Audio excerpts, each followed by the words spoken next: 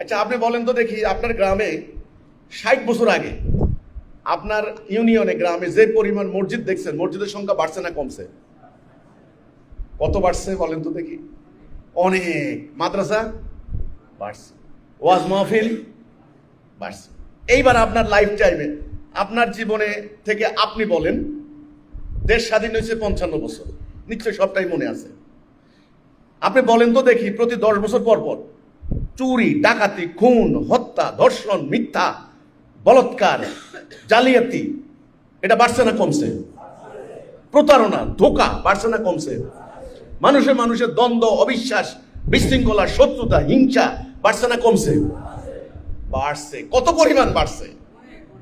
শত শত গুণ।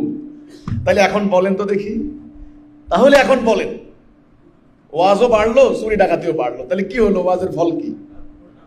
কেন কেন ফল হচ্ছে না? আপনি বললেন মসজিদ বাড়ছে, তাহলে মসজিদও বাড়লো, নামাজিও বাড়ছে। তাহলে এত নামাজি থাকলে এত অন্যায় বাড়লো কেন? অন্যায় তো কমার কথা, কারণ কোরআন বলে ইন্নাস সালাতে তানহা আনিল ফাহশাই ওয়াল মুনকার।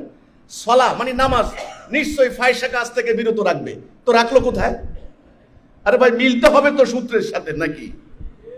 আপনি আশ্চর্য ব্যাপার, আপনি যোগ 2 যোগ 2 4 মিলতে হবে না?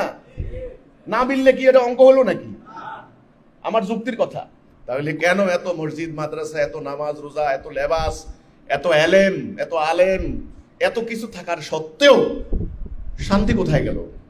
ন্যায় বিচার কোথায় গেল? সুবিচার কোথায় গেল? কেন শান্তি নাই? ঈমান নাই। কি নাই? ঈমান নাই।